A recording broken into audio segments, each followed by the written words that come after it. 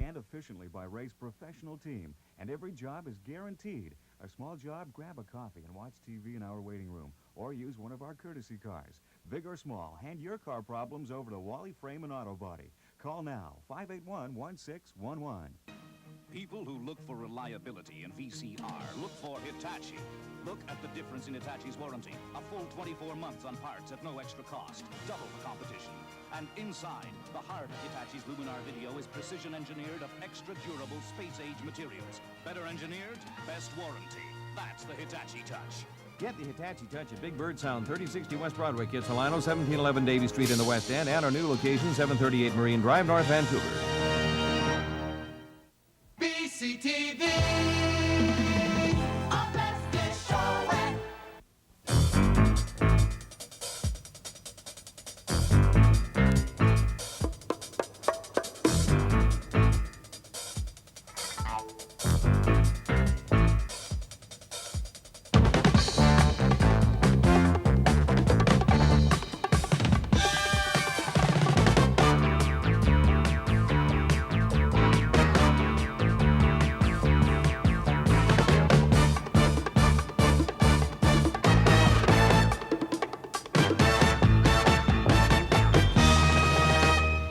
Good morning. The Liberals in Ottawa, who regard themselves as the natural governing party, did it again to themselves yesterday, not once but twice.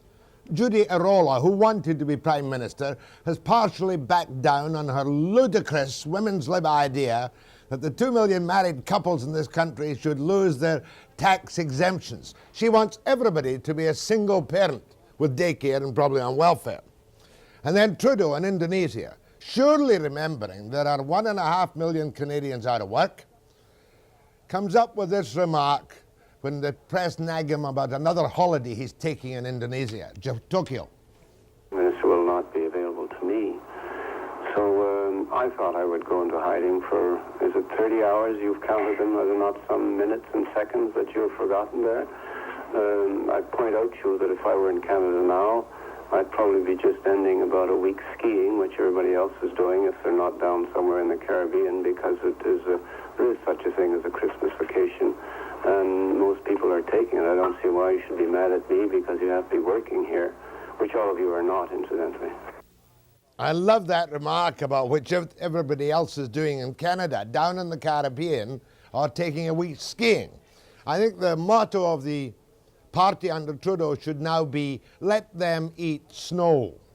However, we've got a man in the studio this morning whom I'm going to call with some affection a warm turkey. His name is Dr. Fred Bass, and he is the cold turkey man. And we have another man at the end of the microwave link in downtown Vancouver this morning who faces the problem of his $30 million in unsecured debts. His name is Nelson Skalbania, and today is a big name for Nelson. As we all say, worrying about Skalbania, poor Nelson. However, yesterday, I left the warmth of my studio and I flew up to Whistler. That's the resort area up the coast where there are all kinds of financial troubles, it would seem, and where the provincial government moved in to appear to bail out the Whistler Land Development Company. Now, I went up in our helicopter yesterday, and it couldn't have been worse weather in the Whistler Valley for us to get there.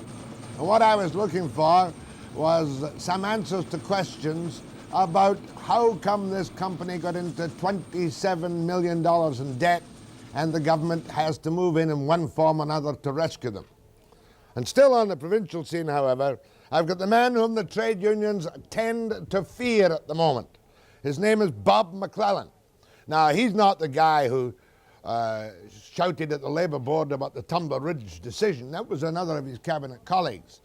But Bob McClelland is going to come up with amendments to Labour Code at the next session of the legislature, which will be sometime after the Queen's visit, so that'll be about the middle of March, my presumption.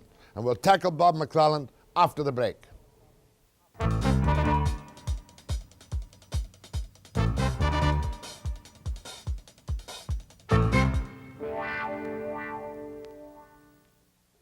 Well, Bob McClelland is the Minister of Labour. Hasn't been in the job long, but has strong views on what Labour should be required to do under the law, don't you?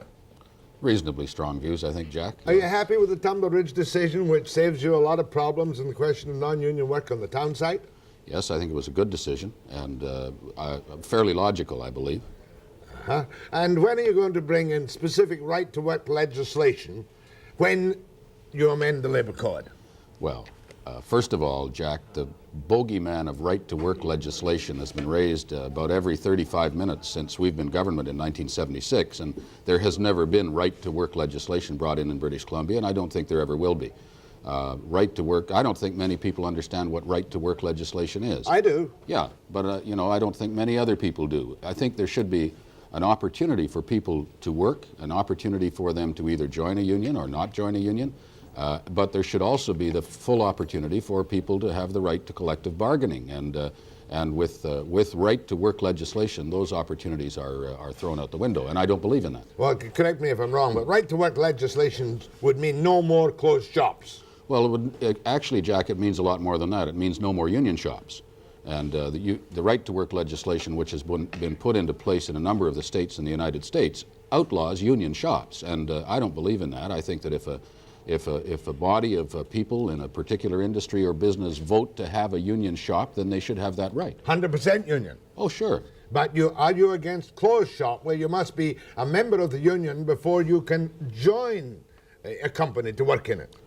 Well, no, that's a union shop again. No, it isn't. Well, closed shop means that you can't, you know, that you can't belong to the union. You have hiring hall practices. You're at the whim of the union for your employment, and you know, that's a fact of life in some industries in British Columbia. And I'm not looking at any major changes in that area. That's not to say that I wouldn't like to see some changes in labor legislation in British Columbia. Oh, I just don't want to pin you. I don't want to do a Sven Robinson with you because you're just going to skate a little bit anyway. But basically, you, Bob McClelland, do not like to see these closed shop union agreements allied to hiring halls where a man cannot get a job in certain industries unless, first of all, he's a member of the union. Secondly, he's dispatched from the hiring hall. That's what you don't like. Well, it doesn't matter whether I like it or not. It's a fact of life. If I was in the workforce and wanted a job in a union with a union shop, I wouldn't like that if I didn't have the opportunity to go to work at the place of my choice. Well, would you like to legislate that kind of tight union agreement, closed shop, out of existence? No, I don't think we're at that position now, and I think that that kind of change will come not by legislation, but rather through negotiations from the ground up, and I think it'll be the union movement itself which demands it. All right, these questions are not from me. These questions are from a poll done by your party, I think, or for your party. Do you believe that union leaders should be required to put a contract offer to a vote of the membership before a strike could be called? I think that's a good idea. I think that somewhere along the line, the membership should know, first of all, what the management is offering, and secondly, have an opportunity in one way or another to express their views about that offer. Because at the moment, the union leaders take a broad strike vote, then they give the committee power to accept or reject, and sometimes don't put that offer to the men. That's correct. Would you legislate a change in that? Well, you know, Jack, it's hard for me to talk about what will be legislated because I've made absolutely no proposals to the government at this point. And what I've done is I've asked for input from everybody I could possibly get it from, unions, industry, everybody else, and I want them to tell me what they think about the code. But you've got to make up your mind. Sure, and I will, but I'm still going through a lot. I can't believe the response I've had to my requests. Is most of it in favor of a move to the right? Well, I don't know where the right and the left is in the labor business, but I tell you what, I think most of it is in favor of more democracy for the worker and more freedom of choice. All right, obviously you're going to put an end to secondary picketing, aren't you? Well, actually, secondary picketing is against the law in British Columbia right now. It's outlawed by the Labour Code. It still happens from time to time, but secondary picketing is not legal in British Columbia at the present time. And you would certainly like to see non-union workers able to go to union companies and get jobs if they're first there and have the skill. Well, that would be my preference, but you know, there are a lot of arguments on the other side. Construction industry makes a strong argument that they're different than other industries because they don't have sort of a single employer, and in fact the union becomes their employer. So, you know, you've got to look at it from that point of view as well. So I'm just analyzing all of these things, Jack. I will make up my mind, and I will make some recommendations to government. For this year? I believe so, yes. Have you had much in the way of heat from local residents in Prince George and Dawson and Chetwynd and Tumbler Ridge who are denied jobs on those sites because all the labour is dispatched from Vancouver? Do you get much heat on that? Well, yes, I get a few letters on that, and I imagine some other ministers probably get more than I do, but the facts are that the vast majority of the people working on Tumbler Ridge and Northeast Coal are local people. Local meaning north and northeast people. You mean union people? Oh, well, union and non-union, yeah. Oh, I thought there was a big problem with the hiring halts from Vancouver. Well, you know, if a person can't get a job right away, you know, they bring that up. But in fact, if you check with the Northeast Coal Office, you'll find that somewhere around 90%, 85 to 90% of the people employed are considered to be local people. The chairman of the Workers' Compensation Board, Art Gibbon, tells me he doesn't think there's any need for a royal commission into the Workers' Compensation Board. Do you agree? Not quite that specifically. I haven't made up my mind on that one either. But there has been a lot of pressure for some kind of an inquiry, whether it's a royal commission or a special inquiry or whatever, into the Workers' Compensation Board. There hasn't been a real deep look into the WCB since the TISO thing in, I think, 1965, and a lot has happened since then. The WCB has taken on different roles.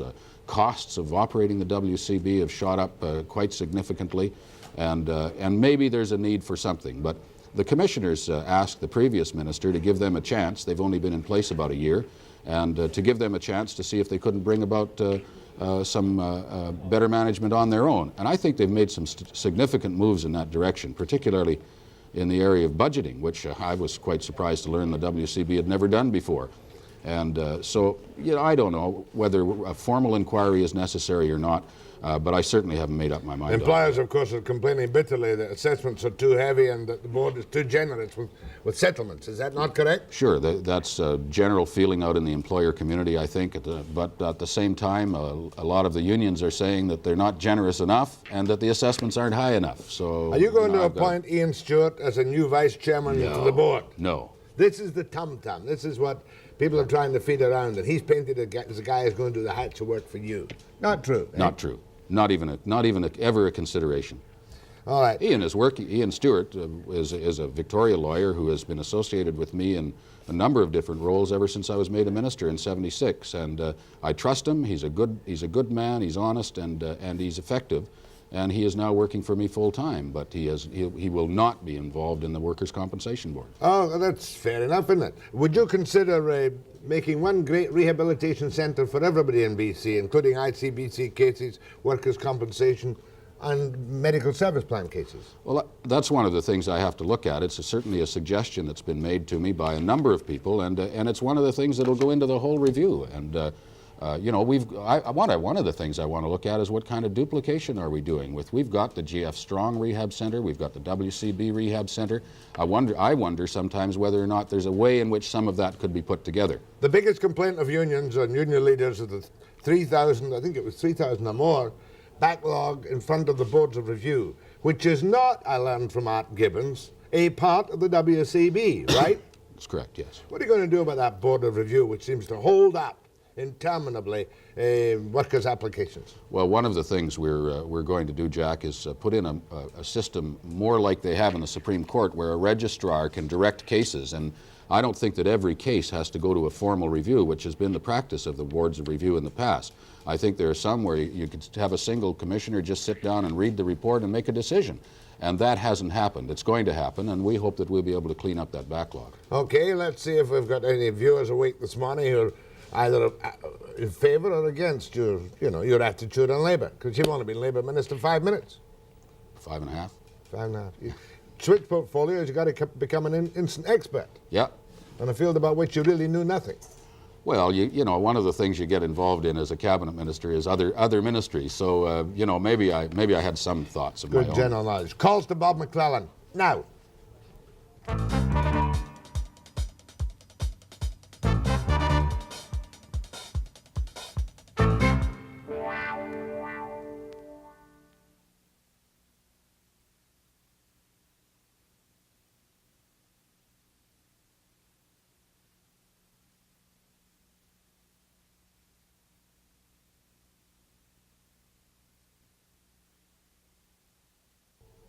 Bob, you didn't quibble about my date for the session. That seems logical, middle of March. I would think that seems reasonably logical. There are some events coming up that are going to affect when the session is. The Queen's visit, for one. We've all got to have tea with the Queen in the stadium. That's great.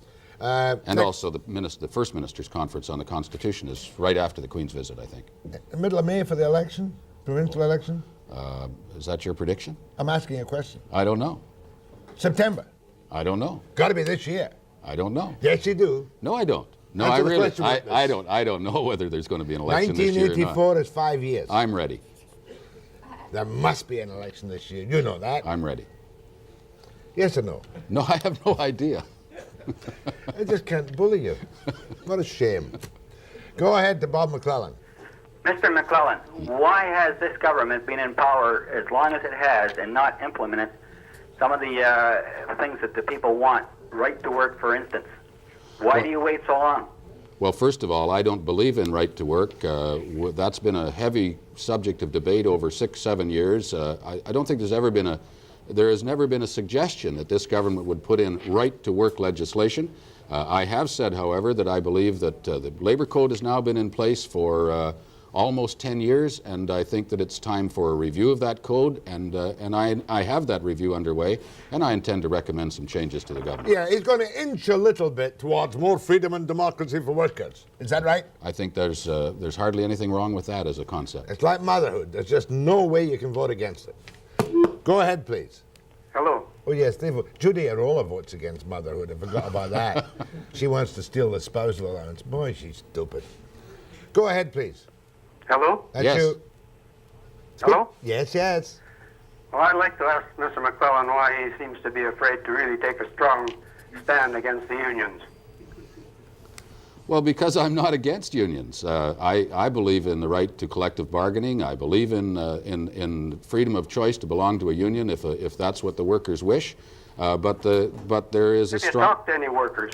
I beg your pardon? Have you talked to any workers? Yes, I talk to workers all the time, both union Well, and I have non-union. too over the past 5 years, and I haven't heard one union worker who wanted to belong to a union. Well, I'd have to disagree with you there, sir, because I think that a lot of people in this province have expressed their own wish to belong to a union of their choice, and I believe that they should have that right. All right, what about the fact that they don't have secret ballots, and what about the fact that there's coercion and physical threats if they don't follow the union leaders? Yeah, well, I hear that a lot. I have not had evidence myself of it, but if it's happening, I think it's All right, wrong. sure, And- you don't have evidence Well, of it, but but- you go out of the union hall, and because you objected to something, your tires are slashed. You know who did it, but you can't put your finger on who did it. Okay. Well, that's against the law, and it's a police matter, and if those kind of things happen, I think that All right. people should be charged Sure. Yeah, and but- convicted. Once the BC Tel strike is over, then the cables are stopped being slashed. Fair enough, sir. That was a valid comment. But you see, the point is, Bob, that you're on the horns of a dilemma, aren't you? You would lose too many votes if you come out real tough right wing. Well, I'm not too worried about that aspect of it. I want to do what I think is right. I think I've had a record of always doing what I believed in, and I intend to do it here. But I believe that a person should have the right to belong to a union. And if somebody wants me to become a union basher, I'm not going to, including, I would believe some people from the BC Federation of Labor who would love for me to come out and start bashing unions. I just don't intend to do that. But you have I do intend to make some changes if I believe they're necessary. In a rightward direction. I don't know which direction we're going. Are you considering a new section to allow either unions or employers to appeal over the head of the Labour Relations Board, for instance, of the Tumblr decision, directly to the cabinet? No. Oh, Eli Sopo was wrong in that. Eli Sopo was wrong again, yes. Uh-huh. Mm-hmm. There's been no question of that. Listen, You are not considering a direct appeal by employers or unions to the cabinet against LRB. The answer is no. And I'll tell you, I sit on appeals about taxi drivers' licenses because of some legislation that was put in years ago, and I don't want to be sitting in on appeals to the Labor Relations Board, and I will not recommend that to the government. Period. No is as good an answer as yes, as far as I'm concerned. At least I know where you're publicly committed. Nanny Moe, go ahead, please. Hello? Yes. Yes, I'd like to ask Mr. McClelland a question, if I could. Sure. I heard in the news last night there's going to be a study on the white fingers problem mainly concerning the fallers here, and I myself am a faller, and I'm just wondering why why they're spending so much money on this study when this study was already done over in Finland and Sweden. Why couldn't they just pick up their report and carry on from that point? Okay, you know what he's talking about. I don't know about the study, Jack, because I'm not aware. You haven't heard of a new study? No. That's really for Art Gibbons' department, isn't it? I would expect so, but I find out about the study and I'll look into it, but I really don't know anything about it. I thought we had a study done on white fingers. That's vibrations from chainsaws. Yeah. Shawnigan Lake, go ahead, please. Yes, I was wondering if you could help me on this problem that has occurred a couple of times to me dealing with the union. The problem is, like, we have a contract with a company, a major logging company, and the problem that we have had with the union, IWA, over the years is that right now, presently, we could go in there and work, but due to the fact that the union doesn't have all their employees called back, we can't get in there. And although, like, we are a contractor, but all our employees have to be union members. So they're union members, but they do not allow us to get in there until all their employees are called back. And this has happened to us just about every spring in the last few years, and it's quite a problem. I was wondering if I could get any help on that. What kind of work do you do for the logging companies? This is forestry contracting. Yeah, you're considered to be a dependent contractor, I guess, eh? Yeah. Yeah, well, look, how would you like to get in touch with me in my office in Victoria, and I'll get somebody to get to you and see if we can... What's your number there? It's 387-1986. 387-1986. Much obliged. Go ahead, please. Is that me? Yeah. Yeah, so I want to ask about that situation that you were talking about this morning about the labor and non-labor people. Non-union people. Trying to get a job.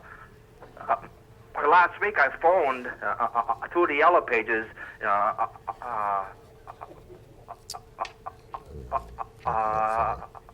Hold on, please, sir. Take a measure of it. Give his number to Mark and let Mark get back in time with what the man wants to know. Go ahead, please. Mr. McClelland. Yes.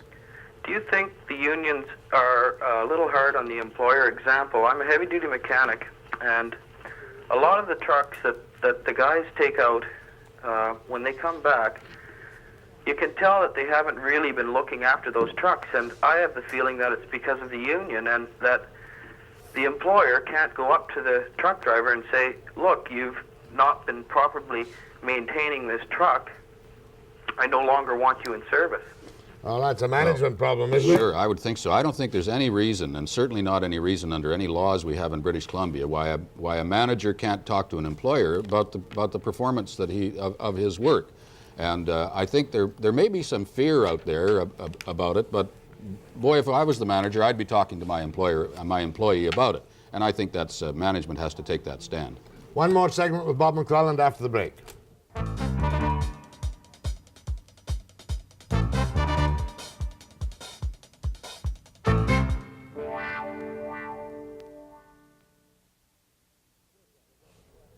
Okie dokie, Bob McClelland, Minister of Labour. Go ahead, please. Hello. Yes, sir. McClelland. Don't you feel that unions are becoming obsolete and holding back, the workforce going ahead? Like the only one that's got voting rights in the union is the senior guy. But a lot of junior guys getting into the unions nowadays, and just stops right there. Okay. I don't believe that unions are obsolete. I do believe, however, that their role is changing, and that a lot of leaders don't recognize that they have to have a changing role. But unions are like a lot of other places, and that people don't take advantage of their rights in a union. The same as people don't come out and vote for their school board, don't come out and vote for their local councils. People don't take part in their union activities. You see, they should. It's great, If I'm talking to people informally over a drink and a cup of coffee, I get hair-raising stories from union officials sometimes, and from management officials. Put them out in public. Now, there's one I can bring out in public, which is hysterical. I checked it myself with a hydro. Do you remember this story? The breakdown at Highcroft Towers. Sure. Superintendent says, power outage. No standby crews. Where do they get the standby crews? Well, you go to the list of overtime worked, and the low man on the totem pole must be called. It's the afternoon in downtown Vancouver. The low man on the totem pole lives at Langley. Low man drives in, looks at breakage. Oh, says he, not a one-man job, a two-man job. Back to superintendent. Checks the next low man on totem pole for overtime that period. Call him, he lives in Maple Ridge. It takes 5 hours to get a crew together because your hydro, put that stupid clause in the contract, not the nearest man, and the union got it from you. Now, is that not the kind of thing you should be cleaning up? Well, see, it's not. I don't think it's government's. Sure, it's stupid. Good, And a lot of things like that are stupid. But damn it, government can't do it all for people. You Well, gotta put manage somebody it. in hydro who'll sure. clean it up. You got to get some. You got to. The people on both sides have got to be responsible. You can't legislate responsibility or good sense, unfortunately. I had another one in a big contract job up north where the wrong union was allowed to put up a scaffold, right? So the other union said, that's our scaffold, get it down. And the management said, look, we'll pay you under the union contract 12,000 damages to union. They said, no, cut down the scaffold. We'll put up a new one.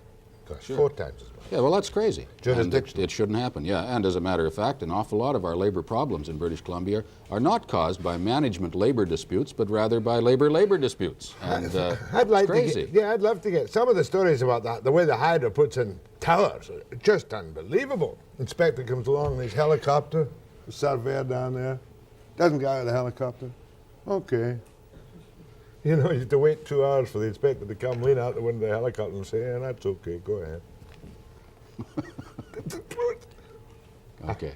But the guy that happened to, would he go on there with me? Oh, no. He would go on there with me. No guts. Mind you, it's not my money that's involved, it's his money. That's right. Go ahead, please. Hello? Yes. Yeah, I'd like to ask this chap if he knows what work hours are lost and what the reason why the work hours are lost. For what reason? Ma'am, that's too broad a question. I can't answer that question. No. Go ahead from Courtney. Yes, Mr. McClelland. I, along with 80 other apprentices, were laid off from BC Hydro. Myself, I only had 210 days to go. And Hydro just seems to say that that's the end, you're finished, and it's goodbye. And I was just wondering what the Ministry of Labour is going to do about it, because I am indentured to both the Ministry of Labour and Hydro. Yeah. We're meeting with Hydro people now to see what we can do about that. I think it's you know, first of all, if Hydro's laying off people, I guess it's logical that apprentices are among the first to go, since because of the seniority clauses in their union agreement, among other things. But we're working with Hydro now in an attempt to get them to, first of all, try and recognize, and we'll give them the leeway under our regulations to recognize performance as well as length of service in an apprenticeship, because I don't think it should be simply that a person serves 4 years. If they can do the job, perhaps we should recognize some service earlier. Also, we're working with Hydro now to attempt to put together a simulated apprenticeship program similar to that which we have done in other parts of the province in heavy-duty mechanics and in other apprenticeship programs, and I hope we can get some of the apprentices back to work. Okay, now, let me just ask him a question. You are one of 80 electrical apprentices, is that right? Yes. Laid off by BC Hydro? Yes, right. When were you laid off? I was laid off the end of October. End of October. You've done how many years apprenticeship? I'm just starting my 3rd year, so I've spent 4.5 years in the company, but I've completed 2 years of my apprenticeship. I was a truck driver. Have you still got a job as a result of your seniority? No, I don't. Yeah. And you can't, you'll have to find another employer prepared to take you on to complete your apprenticeship. I would like to, but there is the private contractor unions are plugged solid with about 250 that are laid off there. Yeah. No, it's a big problem, and it's one of the problems that's falling out as a result of the recession and the decreased demand for Hydro's product. But we're working on it. We hope to be able to put some simulated apprenticeship programs together in the Hydro field, both for BC Hydro and for West Kootenay Power and Light, if possible. And you'll just have to wait for a while. But if you want to get in touch with my office, I can get somebody to bring you up to date on what progress we're making. Matter of fact, will you get his name and phone number, and we'll do a little story on it ourselves about the apprentices. Not that it's any different from a married man with kids being laid off, but it just seems you're going to lose that skilled pool for the future. That's correct. When the demand comes again, and one of the things with hydro is a lot of the apprenticeships at hydro were, as this man was, a truck driver or something else before, and they want to upgrade their skills. And so, you know, we've lost them to some degree, and we just want to find a way to get those people back into the street. Good. Thanks for answering a couple of questions. Ian Stewart is not going to be seconded to the Workers' Compensation Board. That's right. And you do not plan a new section to allow employers or unions to appeal over the head of Kelleher or the chairman of the board to the cabinet. That's right. My thanks to Bob McClelland. Next, a man who frightens me half to death, the warm turkey, Dr. Fred Bass, after the break.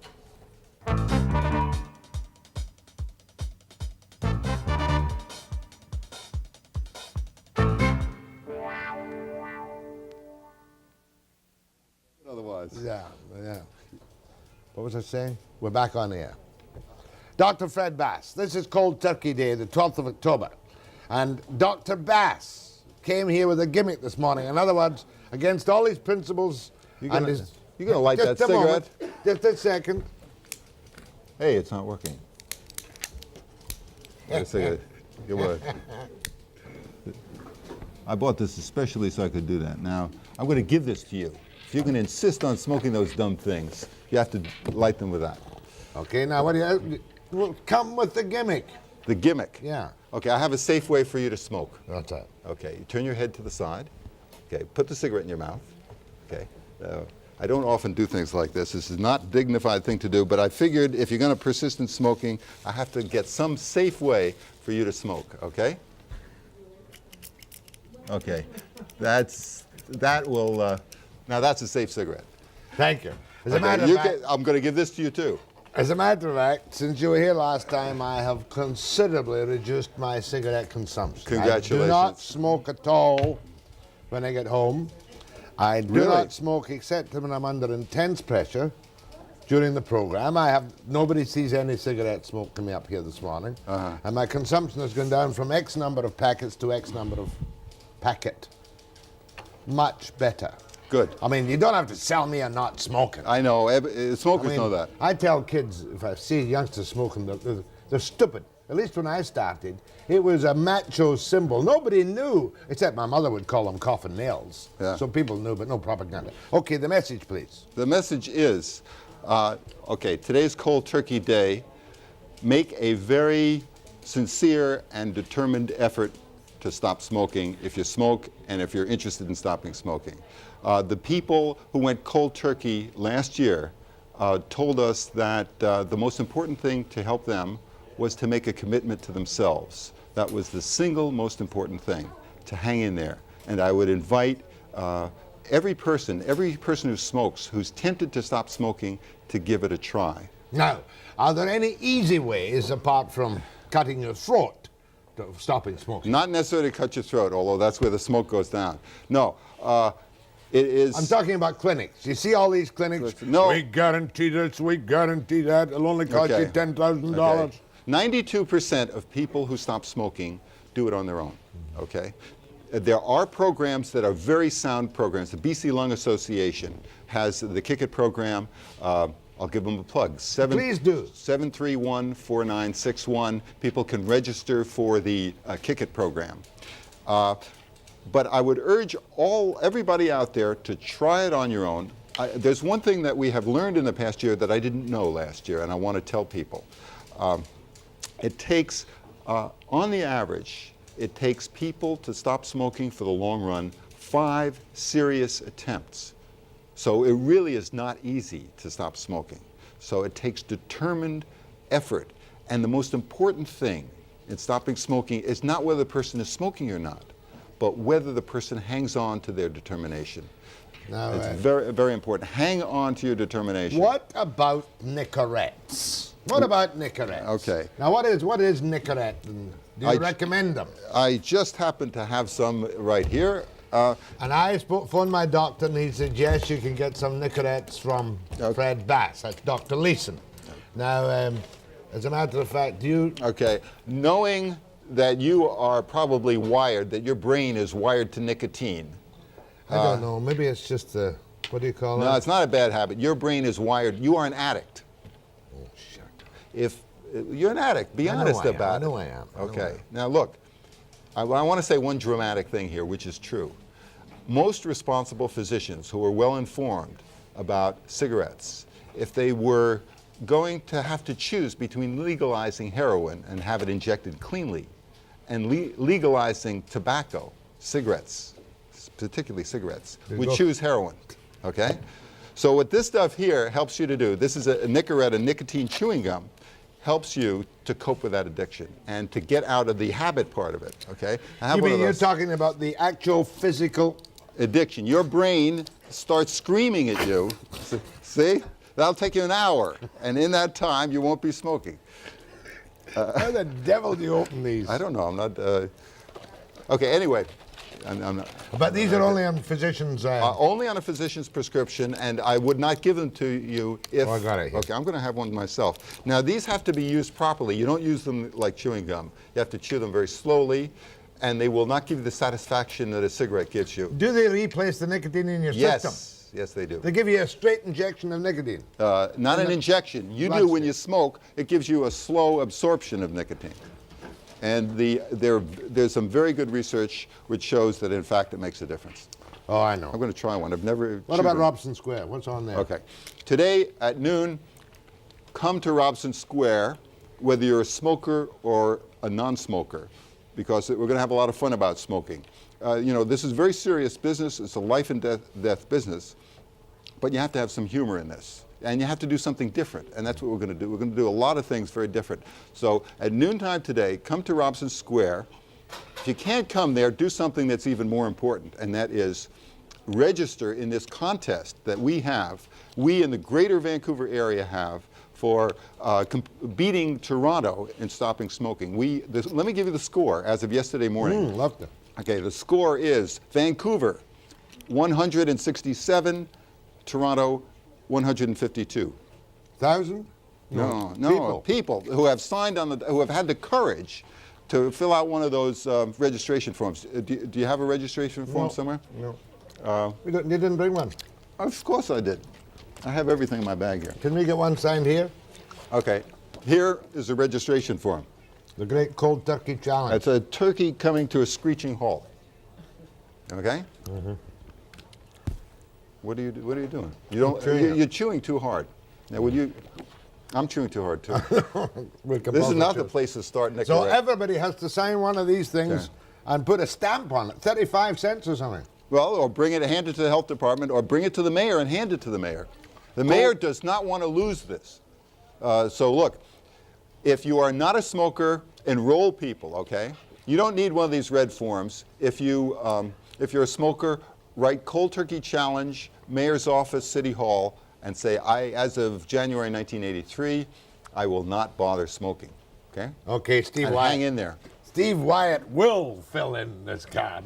He will. Requirement. Steve, as a matter of fact, has stopped smoking. He only smokes about 2 or 3 of mine a day, stolen from the packet in my desk. But he really has stopped smoking. That's great. If I go down to 2 or 3 a day, I'd be quite happy, I think. Okay, give yourself time. Remember, what you smoke isn't important. What counts is your determination. That's all that counts. Okay, noon today at Robson Square. Fill in your turkey challenge thing, the Great Cold Turkey Challenge. Send a letter to the mayor. Did you ever smoke? 12 years. You smoked for 12 years? Yes. Do you jog now? Yes, occasionally. That's stupid, you know. More people. I jog intelligently. Yeah, I know, because you wreck your kneecaps. You know that. You know that jogging's very unhealthy. I jog backwards. It doesn't hurt the knees if you jog backwards. I suppose not, but you know that jogging is very unhealthy. And so is a radical. No, actually, I agree with you. I think that there are other healthier forms of exercise. And you can see them, they get there, and what is end of fence going, you can see them jogging along with a vacant look in their face. Better. You don't know where they are. That's just the way smokers look, you know? No. Fred, best of luck. Fill in your form, don't smoke. And if my kids have a deal, my grandchildren have a certain deal, which is quite lucrative if they don't smoke. And I don't think they will smoke. Thank you very much, Fred. Thank you. Quite a nice guy for a member of the medical profession. Now, we're going to Whistler after the break.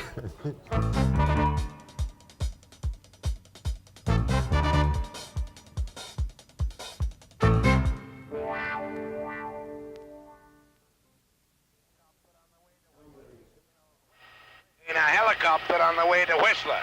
You know, Whistler, the place that's always in the news. For months, if not years now, the people up at Whistler, officials and others say, why don't you come up and see the place? And I always say, I'm not going to drive that highway. However, when Steve Wright's helicopter, BCTV helicopter with Steve Wright the pilot, and this is the way to go. Mind you, I was coming up to look at the jet set up here and the beautiful snow-covered skiing mountains. I did not pick the best day of the season. It's just a trifle wet. And while I'm up at Whistler, I want to have a look at some of these problems. What went wrong, this Whistler Land Company? 27 million in debt of some kind. And the government stepping in. You know, are they going to save every municipality in the country? Well, the mayor at least is waiting for me in Whistler, Mark Angus, and he can help fill me in and maybe show me around a little bit of this potentially gorgeous Aspen of the North. Is that what it is? Or Vale of the North? Okay, Webster from the helicopter. Next stop, Whistler Townsite. I picked a terrible day to come to Whistler, but I came because the people at Whistler wanted me to come up here and stop making so many disparaging remarks. Not that I've made that many, but the people at Whistler are not very happy with the media. They say that everything in the snow at Whistler, when it's not raining, and that's just for today, is absolutely perfect. Whereas we in the media are kind of on the prod at the moment and wondering what's going on at Whistler. Everything probably is all right, but we came up by helicopter today, even though the road is open, and I'm going to take a walk around in this weather and talk to some of the people that matter at Whistler, find out what's happening in the latest developments of the government Crown Corporation, so-called, which appears to be bailing Whistler out of some of its difficulties. It really is a shame I came on such a day, but I'm going over now to, before I freeze to death or drown, to speak to Mark. Here he is. Hello, Mark. How are you? Afternoon, Jack. Let's get into the shelter and then we'll continue Sure. our little walkabout after this, eh? Okay. Okay. This is Mark. Just a minute, please. Who is this noisy person here? Paul Matthews. What do you do, Paul? I design ski resorts. Oh, design me one for Salt Spring, will you? Nice to meet you. Now I'll continue with my little chat with Mark Angus. How long have you been mayor of Whistler? I was just elected in the last election, that being November, Jack. And did you run in November because you felt there was a need for reform in the affairs of Whistler and in the affairs of the Whistler Land Company?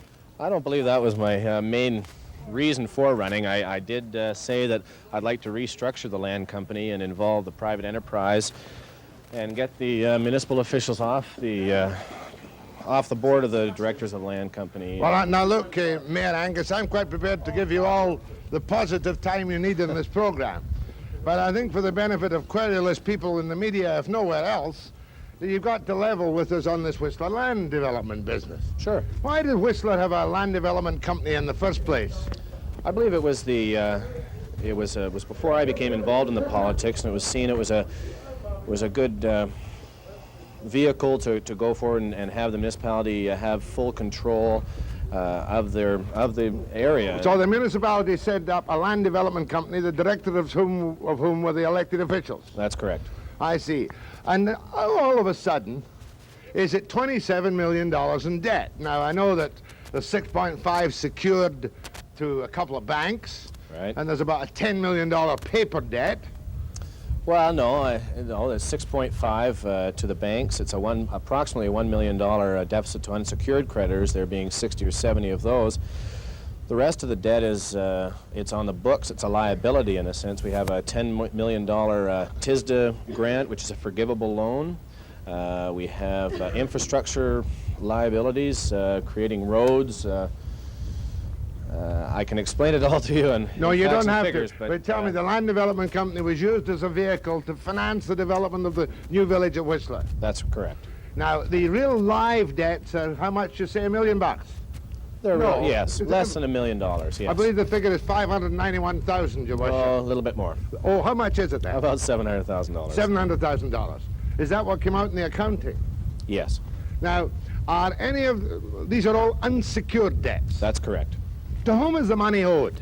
To hold back on contractors, American Express, lease vehicles. The golf course? No, there's not. We have nothing to do with the construction of the golf course.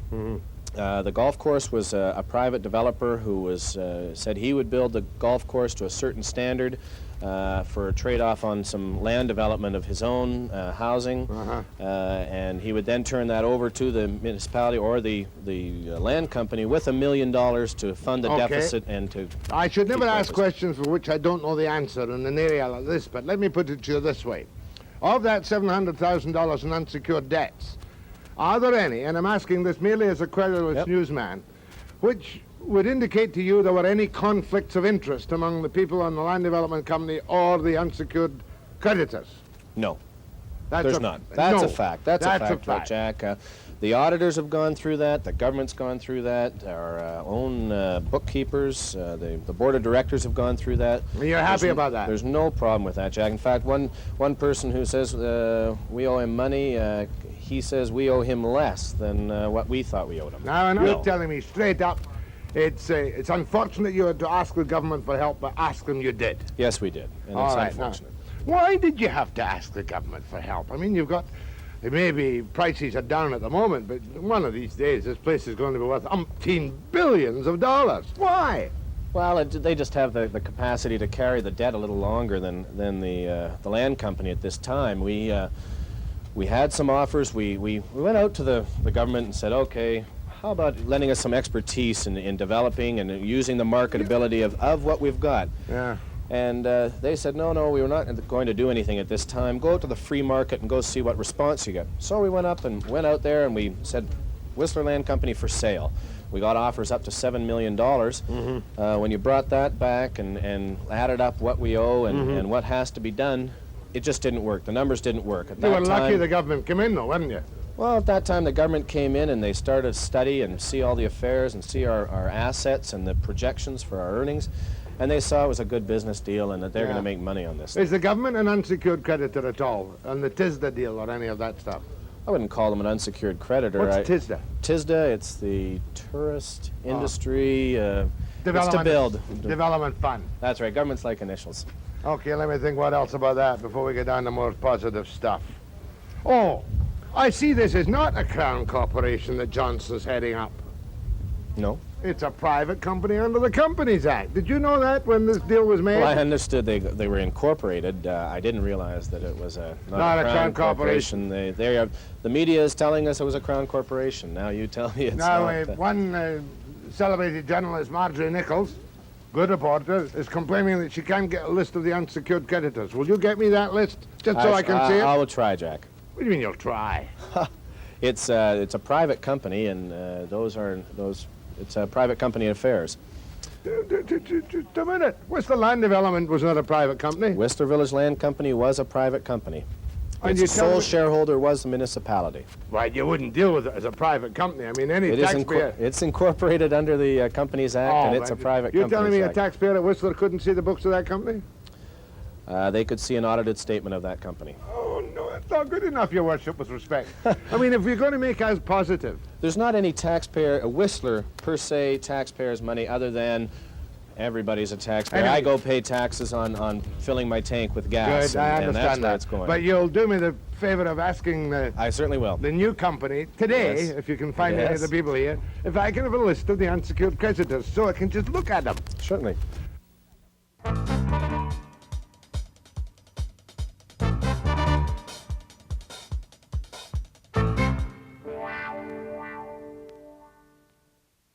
Now, what's your name? Carolyn Denowden. No, you're not. Yes, I am. What's the name of your brother? Marco. What does he do? He's a news editor on BCTV. For me most of the time. That's right. How can you stand this Whistler? Do you really like it? I love Whistler, yes. You've been up here a long time? Yes, 2.5 years. Who's that? Is that the mayor barking in the background? No. I'll tell Marco I saw you. Okay, thank you very much. Rain-soaked the Whistler. Hope you enjoy Whistler while you're here. Bound to. Okay. Thank you. Now, how about this gentleman here? Where are you from? We're from California. Are you tourists? Tourists. Well, I do apologize on behalf of His Worship the Mayor for the weather. Oh, hey, it's not his fault. Are you still skiing in this weather? No, we took a day off today. Do you like Whistler? Yes. Pretty good, isn't it? It's excellent. Yeah. Nice. What's your name? My name's Martin. Martin what? Shriver. From? Chico, California. Chico. Much obliged, Martin. Nice to meet you. You too. It's going to be dry and cold and skiing tomorrow. Now, as we go along here, careful with these skis. Where are you from? Port Coquitlam. Port Coquitlam? Yeah. You're not in unemployment insurance, are you? No, day off today. Day off from what? I work in a ski shop. You work in a ski shop? Pulsar Sports. That's why you've got good skis, eh? Yeah, I guess so. Were you skiing today? No, I was in the dinner lounge. It's quite wet. You were in the dinner lounge? You get out in the dinner lounge? Yeah. What's your name? Lyle Insel. Nice to meet you, Lyle. Thank you know my name? No, I don't actually, but I recognize your face. You don't know my name? No, but you're famous. Mr. Webster. Jack Webster. Pleased to meet you. Nice to meet you. Imagine not knowing my name from Port Coquitlam. We'll never forgive him, will he? No, well... Now look, tell me something. Well, this is the Delta Hotel over here, Jack. Oh, is that little Billy Patterson? No, that's... Not Jimmy Peter Patterson. Gregory. That's Peter Gregory there. And that's, that's a Is that $28 million investment sitting How right much? there. I believe it's $28 million. Now that's just a hotel. It's not a shared condo or anything. Well, they strata titled the units, and the units are for sale. Revlon Cosmetics bought the most expensive suite in that one out of New York. How much? I believe Come it's on, tell purported me. to be around $650,000. Do Maybe you'd like to go have a look at it if we can get in there. No, do you It's have a quite unit over spectacular. there? Do you have a No, unit? I don't, Jack. What's the cheapest one over there? We're just gossiping, trying to do you some good. Oh, I'm not too sure. I think it was up in the $135,000 a square foot or better. What is this thing here? This is another building that's going to be built in here, and they'll interconnect this at that time. That's the Romeo and Juliet suite, I believe. I thought that was a public gallows. Yeah. It's the Romeo and Juliet suite in another development. Well, no, that's tied into this one. When this development here gets built, Okay. Let's walk to, that's a ski hill, I do believe. That's the Whistler Mountain, yes. Whistler Mountain. This is Umberto's kitchen in here. Is Umberto here today? I don't believe he is, no. I don't know. Is Umberto here today? Umberto! Yeah, come on. Is Umberto here today? No, he's not. Why not? Tell him Jack Webster came up for lunch. Have you been in for lunch? No. Well, come on in. No, we might have time, but tell Umberto I'm most annoyed at him not being here. Most uncivil of him. I'm only joking. Well, now. He has a nice restaurant here. Ah, it's very classy. Very. Who's this? Who's this? Put your face to the window. Face the window. Face the window. Come on, that side. Smile. You know, I'd like to dispute it, in a sense, Jim Kinnaird, when he says we should be pumping all this money into job creation. He forgets that the union went out and made this a union site, this whole thing. Put a lot of local people out of work.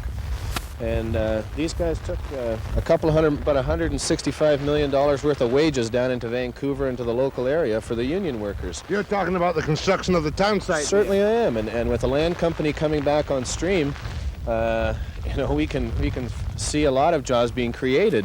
So you say the back of your hand to Kinnaird, he doesn't understand simple economics. He doesn't understand it, no. And when that convention center gets going, that's going to create. You haven't told me about the convention center yet. We'll go over there and take a look at that. Hey, that was the cross on which a land development company almost perished. Is that right? Almost. It's a beautiful building inside, but I don't think people realize when that place gets finished and operating, it's going to create employment for about 1,500 to 2,000 people right away. All right, and that's job creation, Jack. In a good winter with snow, how much money will come into Whistler?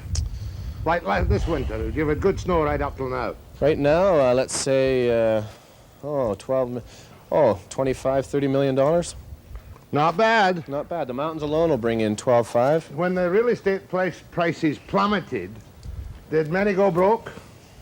I think some people had tough times, but that's they're free not broke. enterprise. That's free enterprise. They came in here and thinking they're going to make a fast buck, and they certainly got surprised. Okay, where are we now? In Carlton Lodge. This is Carlton Lodge, and we've got this is Bert Beatty and hello, Bert. Jim Kennedy. Which union are you in, Bert? Pardon me? Which union are you in? Local 452.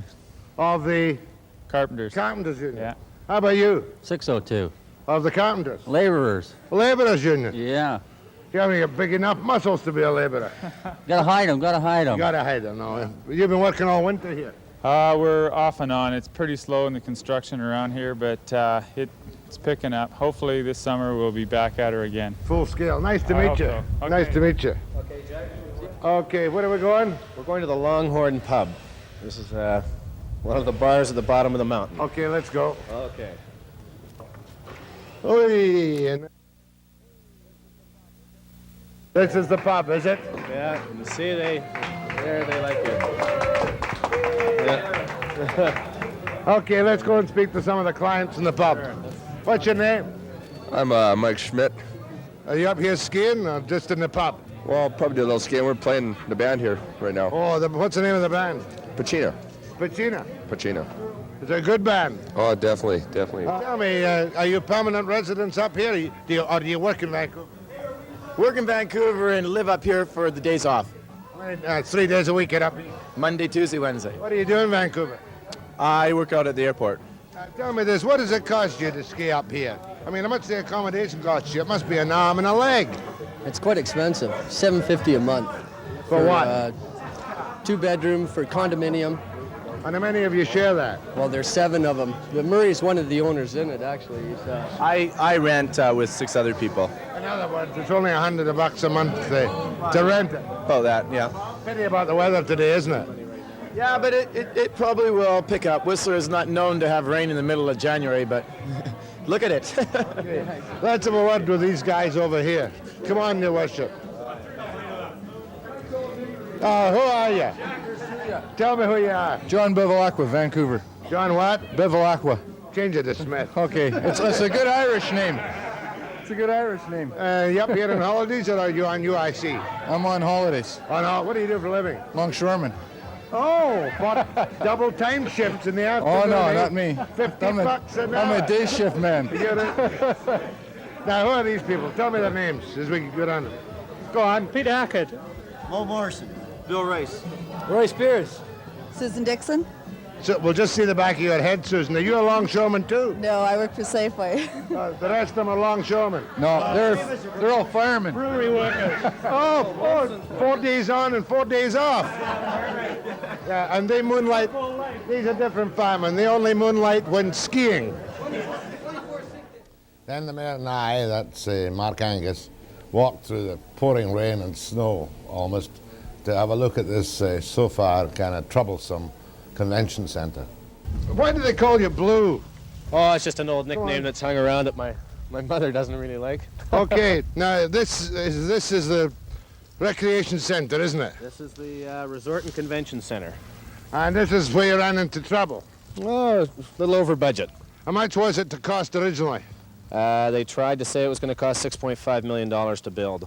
And what did it turn out to be? It'll turn out to be approximately $11 to $12 million if everything is completed. Now that includes some community facilities, which are sports facilities from a swimming pool, racquetball courts, tennis, squash courts, ice rink. Those are all deficit things. And you'll be telling me that you were involved in this, that it was... No, you weren't. It was the previous administration. That's right, Jack. Didn't allow for inflation. Well, I don't think they really looked at it in real terms. Is it going to make an awful difference? What's this for? What do you need it for? This is to create employment for Jim Kinnaird once again. Once this place is going well, we'll create 2,000 permanent jobs plus, and that takes in Squamish and Pemberton, and not only Whistler. And community center kind of thing. Oh no, convention a center. Convention center to fill all these hotel rooms up here, and it's going to do a real good thing. We should take a look. And which hotel do you own in town, Blue? I don't own any. Yeah, do any of the aldermen own any big hotels? No, none of them do. Hey, no kidding. No kidding. You go first, Your Worship. Okay, this is the uncompleted convention. Okay, what's the stage? Half done, a third done? Half done. And will this new private Companies Act of Johnny Johnson, will that finish this? Certainly hope so. That's a question that the board has to answer when so they first sit down. So they're going to take it away from the village. They've taken it away from the village, and they're going to finish it for you. Well, they haven't taken it away from us at all yet. We have to transfer the ownership over to the new corporation. And when do you think it'll be finished? For next winter? I certainly hope so. For next winter. Okay, let's go. Okay, you don't want to... we can't see it. Olympic-sized ice. You can't see it. Oh, Olympic-sized ice. Olympic-sized ice in here, and swimming pool, and just for your private interest. It's a beautiful building. Oh, yeah, laminated beams 10 feet deep. Maybe too extravagant. Maybe that was the fault. Maybe as they say. Okay, okay. Goodbye. Goodbye now. Goodbye. Okay, well, let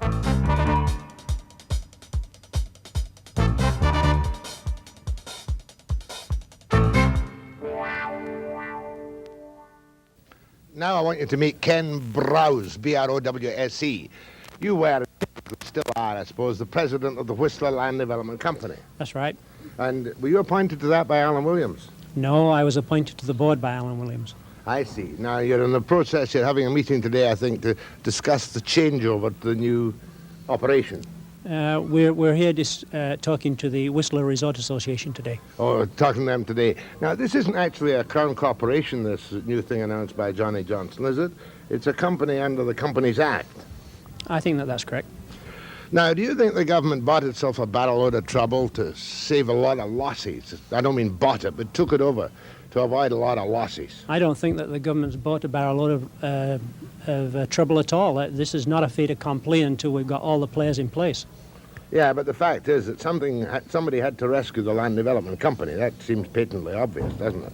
Well, or if someone doesn't assist the land company, certainly there's going to be a lot of government money lost here. What caused the trouble, if I can ask you frankly, Mr. Browse? Well, the trouble that the land company is in is the same kind of trouble that all the other developers in North America have been facing for the last 18 months. They're on a cash flow problem. Like Andre Molnar, Jack Poole, and all the rest of them? Exactly. Even Nelson Skalbania, for that matter. Even Nelson Skalbania, for that matter. Now, what was the potential loss, though, if the government hadn't stepped in? Probably to different levels of government, about $20 million. $20 million? That's right. $27 million was the total debt of the land company, right? That's right. But surely most of it was secured. There's $7 million of short-term creditors. The banks, one bank is owed about $4.5 million, and another trust company was owed about $1.5 million. So $6 million secured. They would have got their pound of flesh, the banks. There's no doubt about that. Plenty of room for them. And some of the other unsecured ones are government liabilities, are they? No, the unsecured would be strictly in line. They're unsecured, but they may have got some money out of this, depending on how a bankruptcy went. What are your total unsecured creditors in the present land company? Something less than $1 million. Now, can you give me a list of the unsecured creditors so I can have a look at them? There's about 33 of them, and I can't give you a list. I mean, you can't or you won't? Oh, I will.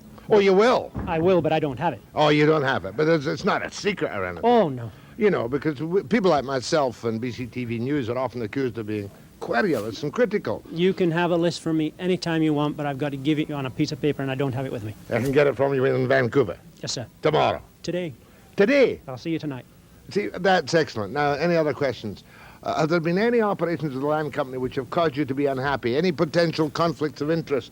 And I must ask this question. Okay, we have the government's had an audit on the books of the land company.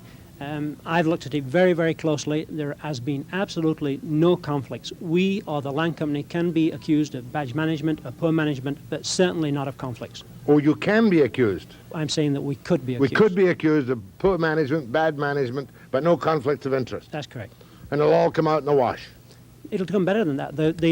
If the government decides in its wisdom to assist us, and they should, even though they may be taking a lot of political flight, they should, because it's a hell of a good deal for the province. They'll finish up making a lot of money on this just because they can manage to get over the short-term cash flow problem this company's got. In other words, they can use their credit, their borrowing powers. I don't know if they will need to do that. With the province behind it, I think that probably the land company can get by on its own. Okay, Ken Browse, I'll get that list from you later tonight, or maybe tomorrow. Okay. My thanks to Ken Browse. Said he, anything but relaxing in this lounge. Which building am I in? Blackcomb Lodge. Blackcomb Lodge. Cold and wet. The lens of the camera is fogging up because of the temperature change. And now we are heading back to Vancouver. Well, that was interesting to me, to say the least. The problems of the land company are not over yet. By any manner of means, the formal handover hasn't taken place. Yesterday there was a conference between Mr. Browse and officials of the Whistler Resort Association. One telling point that this young mayor, 29 years of age he is, $8,000 a year he gets as mayor, one telling point that he made was that the construction at Whistler does a lot for union jobs on that totally union site at Whistler. And for labour leaders to complain about bailing it out so the work can go ahead is just a little bit hypocritical. I'd hate to see the operation closed down totally. Maybe the takeover was necessary. Of course, a lot of eyebrows were raised in the first instance because a cabinet minister of the Social Credit government did not make the announcement. They left Johnny Johnson a deputy minister. Okay, next we'll see what's happening down at the Scalbania bankruptcy proposition after the break.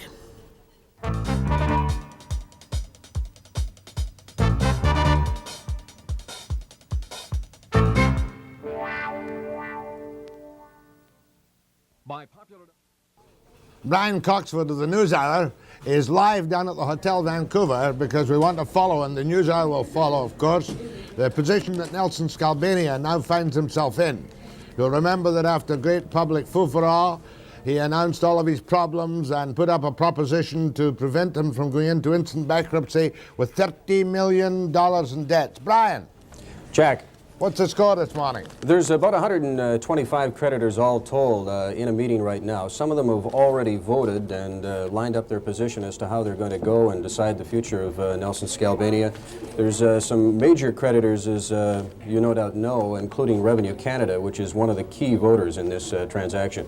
Now, it's got to be a majority vote of the monies owed to allow him to go into his specific proposition. Is that right? That is correct, and that includes about $30 million in unsecured debt. So therefore, if the big boys go against him who are owed millions of dollars, like Revenue Canada, which is something like 4.4, I do believe, and other big ones go, he will go into instant bankruptcy and not have an opportunity to recover over a longer term on his own. Is that correct? That's correct, and as you know, his proposal is for 5 years of grace, enabling him to operate as he has in business, make money as he did over the years in leaps and bounds, and he wants to pay back 50% of the money he makes over that 5-year period to his creditors. In other words, he'd carry on his businesses, whatever he can do, keep 50% of it for his operating and living expenses, and the rest would then go to pay off the creditors. That is correct. So if he makes $60 million over the next 5 years, he pays his creditors. Or if he makes $1 million over the next 5 years. They get $500,000. He doesn't pay his creditors. That's now, right. Have you any feeling at all? You say 125 creditors, big and little. Big and little. We've talked to one person who is owed $3 million, doesn't know how he's going to vote at present. Right. Another person, $1,200, not sure how he's going to vote. Right. And even a person that's owed $25. So they're really big and really small. Now, is the voting done, do you just go in, listen to a speech, and then vote en masse, or are they voting individually as they go in? They're voting individually, but as a group, and they're still deciding the ground rules as to how that's going to go right at the moment. Who's conducting the meeting? Is it Mr. Hemford, I think it was? Yes, he's the receiver. He's the guy who's looking after Nelson's affairs at this particular moment. And how long will it take for them to come to before you will know the decision? They're just deciding the ground rules right now, and we're told it was going to be about a 2-hour meeting, but it looks like they're running behind time right now. So Nelson Scalbania's fate in the business world should be decided sometime between about 12 and 1 this afternoon. Is his ex-wife there? She is. Did she tell you anything? No, she said she was going to go along with him, didn't she? Yeah, she is here. She arrived before him. Nelson himself came up with the help of some other individuals through a service elevator and snuck in the back door. That's fair enough. Labatt's will be there. I remember him telling me they owe him, he owes them $583,000. Yeah, and the other ones include the former Montreal Alouettes, $3.2 million, his wife, ex-wife, in the neighborhood of about $5 million, including about $1 million in unpaid alimony payments. Molson's? Yeah, and credit cards, American Express. Memphis Rogues soccer team? That's right, which became the Calgary Boomers. There's about $2 million in debt there. And Jimmy Patterson said he'd go along with it, as I recall, and the CFL and all the rest. Okay, so you'll be live on the news at noon, right? That's right. And you should have the complete wrap-up factual story by the 6 o'clock news hour. That's right, Jack. And the key here, I think the key voter, as we pointed out, is Revenue Canada, close to $5 million in debt owed here, and they said that he should be treated like anybody else who owes maybe as much as $300. Well, Revenue Canada are not known for a bleeding heart syndrome in cases like this or any other case, are they? No, they're not. And they said they would treat him as any other individual. Nice to have you back on Webster, Brian. Okay, Jack. Make a repeat performance soon. Thank you. My thanks to Brian Coxford. I was going to say after break, but I'm not going to say after break. I'm just going to say here I am. Oh, I got a phone call this morning so we'll give you the score on the noon news. That was live, by the way. Wonderful what we can do with bits of sticks and wires these days. This morning, before I did the program in Whistler, I got a kind of huffy phone call from a gentleman whose name escapes me, who said that I missed the big story up at Whistler. The big story was that there is a potential to raise $400 million a year by gambling, by making it the Las Vegas of the North or whatever. And of course, I don't go along with that. I personally, don't go along with that at all. Now what? Oh, the ferry, that's right. Where's my little bulletin on the ferry? You'll remember yesterday that a number of people stranded at Prince Rupert, and they've been paying their own hotel rooms for 4 days because the Queen of the North didn't get the Skidegate, but put in instead at Prince Rupert. And they phoned me and they were trying to contact Stu Hodgson. Stu Hodgson got back to me very sharply yesterday afternoon, and while he didn't promise to pick up the expenses caused by the lack of the delivery of these people to their destination, he did say that had they to stay over last night, he would pick up their hotel bill for the night, ship them by air to the Charlottes, and transport their cars later. Fortunately, the Queen of the North sailed last night. So it's now left for the people who phoned me from Rupert yesterday to lean on Stu Hodgson and see if he's generous enough to pay the 4 days' bills they collected. One family had a bill of, a couple of families paid a bill for $800 after 4 days in the hotel. Okay. Not a bad program this morning. I'll be back after the break.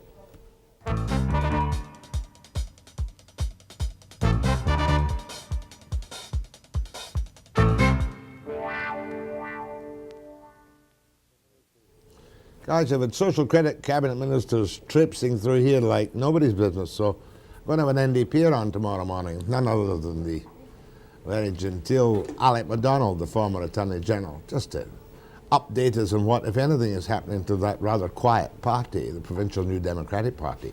Not nearly as noisy as the federal NDP. And then tomorrow we're going to recapture, in a more fitting manner, the other side of the story of Hare Krishna. As you know, Krishna are very active around here, big place in Southeast Marine Drive, and we had Gopal Krishna Goswami on the air. But I always like to give the other side of the coin, so tomorrow, as I say, in a more fitting manner, we shall have a couple of ex-members of Krishna telling us their experiences in the Hare Krishna movement, and I trust they will tell me why they became kind of, disabused, and no longer are members of that movement. Anywho, that and other stories tomorrow morning at 9 a.m. precisely.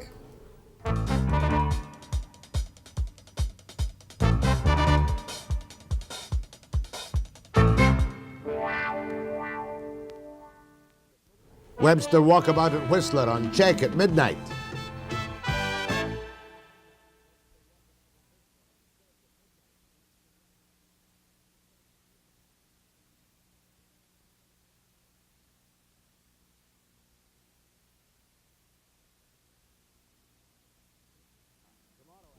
The other side of Hare Krishna, tomorrow at 9 a.m. precisely.